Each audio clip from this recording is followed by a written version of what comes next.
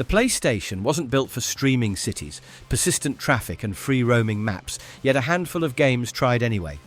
These 12 PS1 titles pushed the hardware into open streets, full towns, or entire star systems, then layered surprisingly ambitious stories on top. We're going to focus on what actually happens in these worlds, who you play, what goes wrong, and how the setting evolves, plus just enough gameplay detail to show how far they stretched the PS1. Let's begin.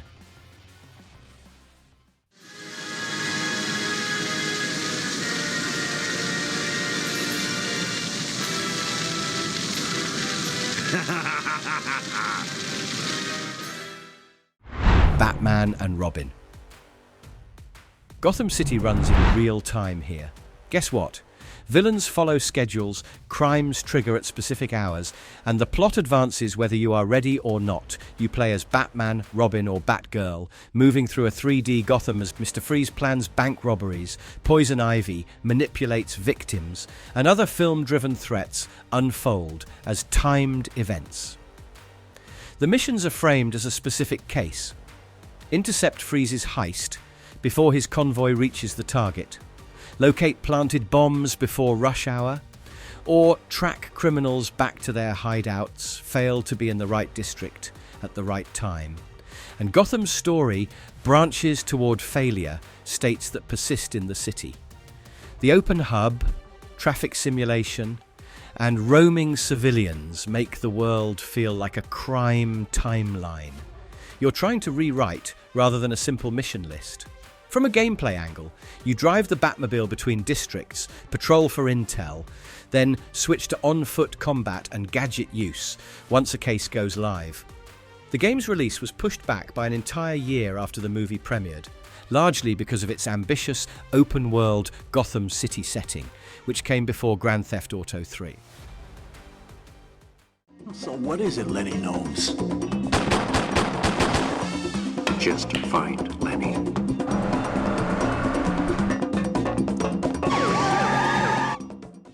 Driver 2. The story begins in Chicago, where Pink Lenny survives a bar shooting that kills a tattooed Brazilian tied to crime lord Alvaro Vasquez. Undercover officer John Tanner and his partner Tobias Jones examine the body and follow the evidence as it links Lenny to Vasquez and mob boss Solomon Kane, whose organization operates out of Chicago and Las Vegas.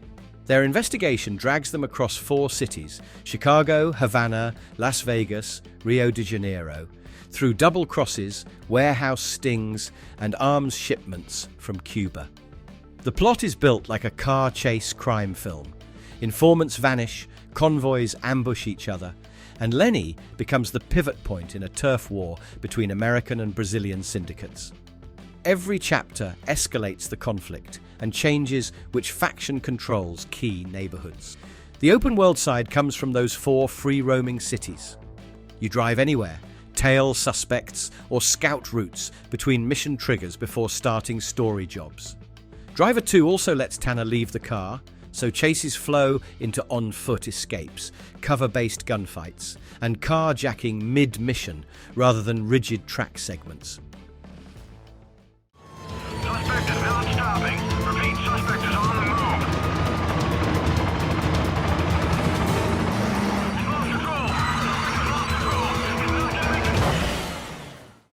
move. World's scariest police chases. The game adapts the TV show into a loose narrative about a patrol officer working in the fictional city of Ashland Story Mode, strings together roughly 20 incidents. Masked robbery crews, blowing red lights across downtown, drug couriers weaving through industrial docks, armed suspects fleeing airport security, and freeway pursuits ending in roadside standoffs. The chases are framed as a specific case file, with a start location, suspect description, and a narrated briefing echoing the show's tone. Over time, the missions sketch an urban ecosystem of repeat offenders, escalating vehicle tactics, and high-risk stops across suburbs, stadium districts, and port roads. Outside scripted events, free patrol mode turns Ashland into a patrol sandbox. You cruise a sizable continuous map, shift between districts via highways, and trigger random pursuits when dispatch flags. A nearby crime gameplay focuses on controlling pursuit distance, boxing suspects in, and using authorized force rather than simple laps, which makes the city feel like a reactive open patrol zone instead of static racetracks.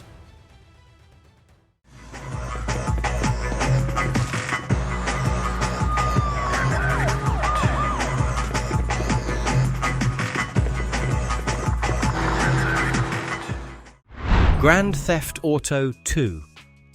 I don't know if you guys remember specifics about GTA 2, but game takes place in a retro-futuristic metropolis known as Anywhere, USA, often called Anywhere City, split into downtown, residential, and industrial districts. You play Claude Speed, a career criminal working as a freelance asset for multiple gangs in each sector: Zaibatsu Corporation, Yakuza, loonies, rednecks, SRS scientists, and others. The plot is less linear story and more citywide power struggle. Completing jobs for one faction pushes its rivals into more extreme countermeasures: armoured escorts, ambushes, or territory crackdowns, so the political map of the city changes alongside your reputation. Gang bosses contact you via payphones scattered through their turf, tying missions spatially to the part of town their crew actually controls. Gameplay is entirely open structure. You roam Anywhere City, choose which gang's missions to accept, and juggle respect meters while navigating multi-level streets, elevated rails, and industrial yards. The freeform mission order and three-layered city make the game feel like a faction-driven sandbox rather than a fixed campaign.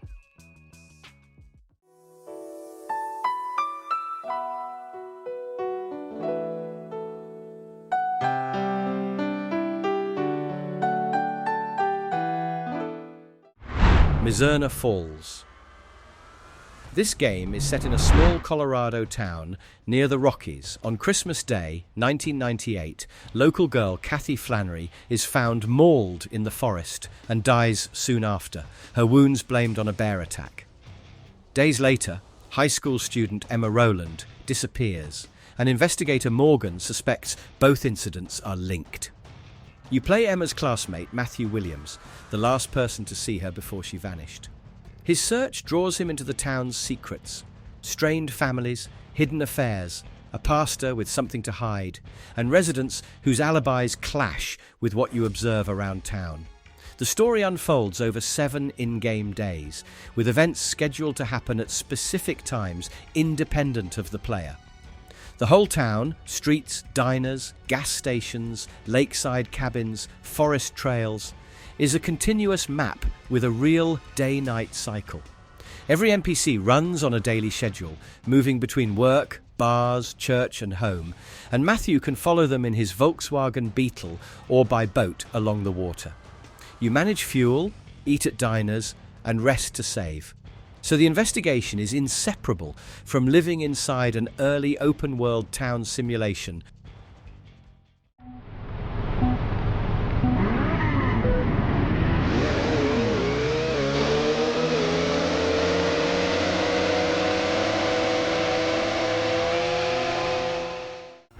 Road Rash 3D. This legendary game reframes its loose narrative as a career inside a nationwide illegal motorcycle racing scene. Big Game Mode has you start with a low-end bike and minimal cash, climbing through tiers of underground championships that crisscross canyons, rural highways, and urban arteries.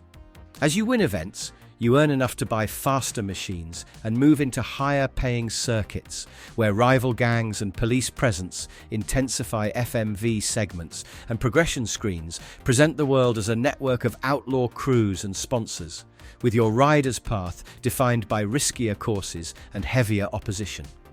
Everything evolves through how far across the country you advance and how aggressively the law responds to your repeated offences. Technically, the open-world angle comes from its track structure. Over 100 miles of interconnected roads form a larger network, with individual races carved out as routes that share stretches, junctions, and alternate branches. You can take wrong turns, rejoin shared segments used by other events, and experience the same stretch under different traffic and time of day conditions, giving the sense of a contiguous road system instead of isolated courses.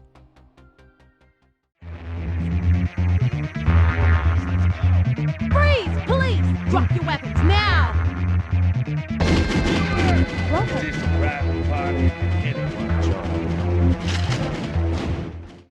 Urban Chaos. Urban Chaos takes place in Union City at the turn of the millennium. Rookie officer Darcy Stern joins the police force just as the Wildcats gang escalates from street crime into kidnappings, bombings, and coordinated assaults. Her investigations connect these incidents to mayoral candidate Mac Bain, who secretly controls the Wildcats while presenting himself as a reform figure. As Darcy works with vigilante Roper McIntyre, the story shifts from gang warfare into a cult conspiracy.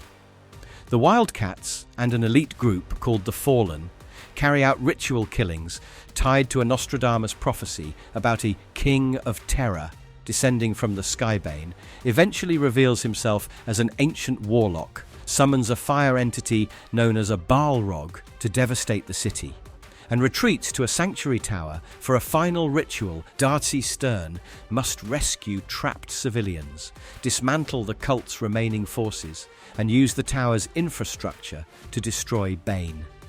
City maps are compact but free-roaming, with pedestrians, interiors, and optional incidents like fights or suicides that you can intervene in. Missions reuse districts with different objectives: assaults, hostage rescues, arrests. So Union City feels like a repeating open district rather than a one-off stage.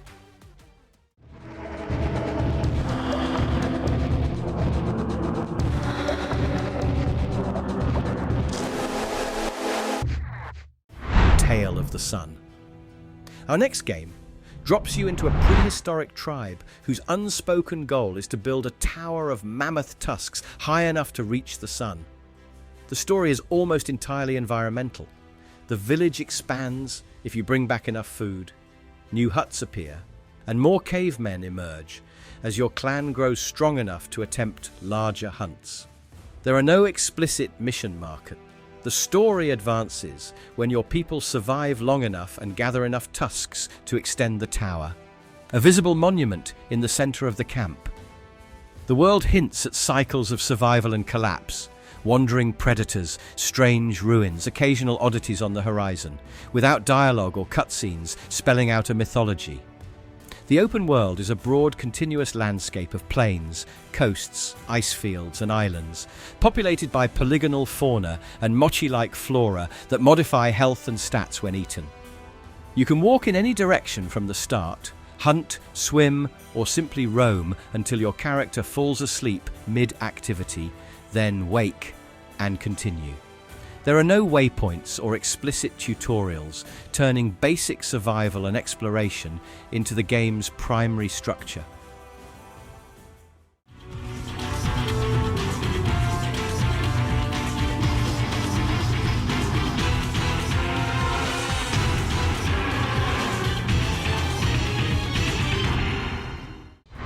Vagrant Story.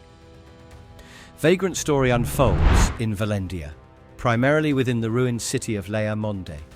After the Mullenkamp religious cult and its leader Sidney Losterot assault Duke Bardorba's manor and abduct his son, riskbreaker Ashley Riot of the Valendia Knights of Peace is dispatched to investigate. The narrative is framed as the week leading up to the Duke's death, for which Ashley will later be blamed. Ashley pursues Sidney into Lea Monde's catacombs, wine cellars, city streets, and cathedral, while the Crimson Blades, led by Romeo Guildenstern, run a parallel operation under the church, aiming to exploit the city's power known as the Dark. The ruins teem with undead and entities born from incomplete death, as Lea Monde's past tragedies bleed through. The plot revolves around conflicting agendas: Sidney's cryptic attempts to manipulate Ashley, the the Church's pursuit of immortality, and revelations about Ashley's own fragmented memories.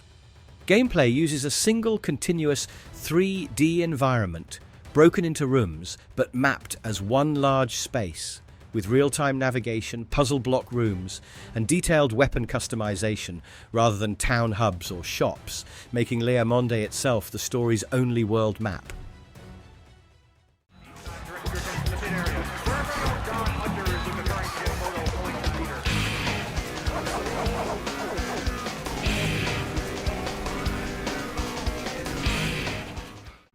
Jet Moto 3.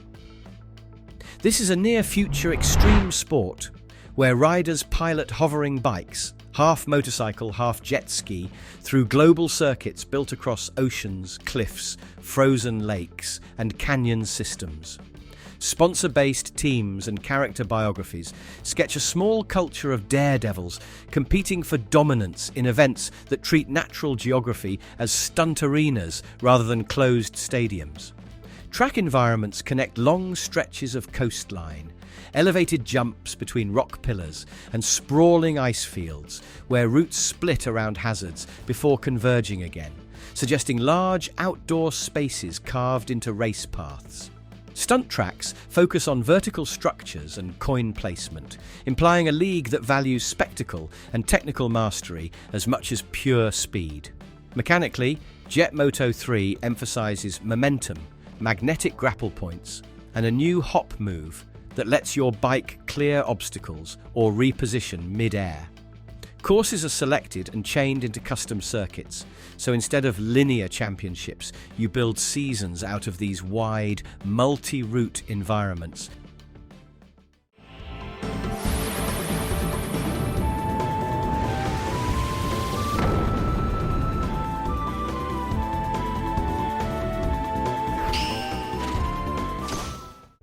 SaGa Frontier 2.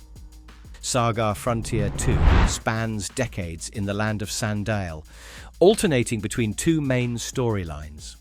The first follows Gustav XIII, a prince born without anima, the life force that powers magic, who is declared unfit and exiled from the Kingdom of Finny.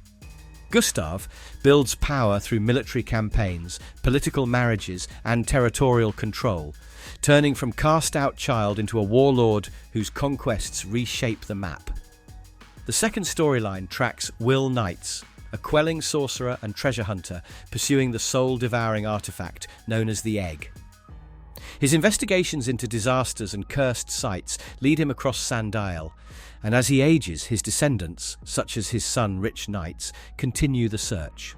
The two arcs intersect at key wars and catastrophes, tying Gustav's secular expansion to the supernatural threat of the Egg.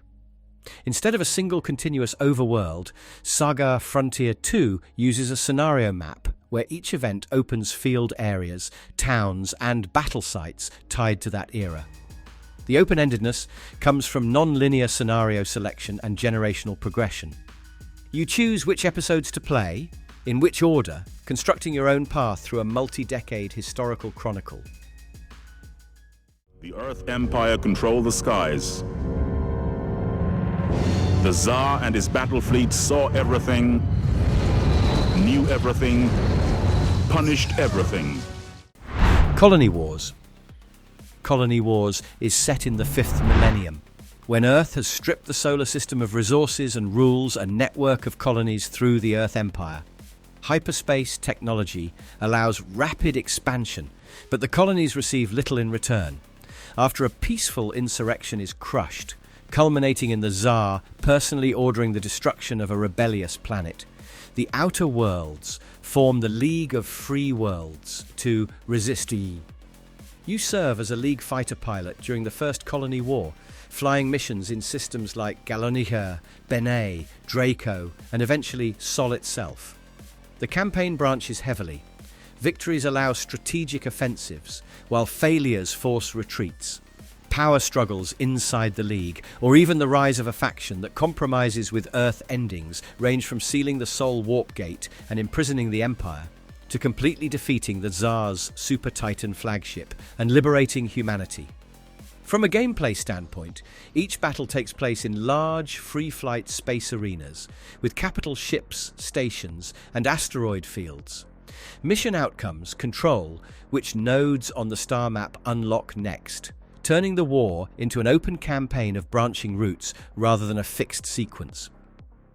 The PS1 library is remembered for pre-rendered backdrops and tight corridors. But these 12 games were already experimenting with towns on schedules, state-sized road networks, real-time crime timelines, generational epics, and branching space wars. Their open structures make the worlds feel less like levels and more like living places with histories, routines, and consequences. Even with low polygon budgets and tiny discs, they quietly laid groundwork for the open-world storytelling that later hardware would finally catch up to.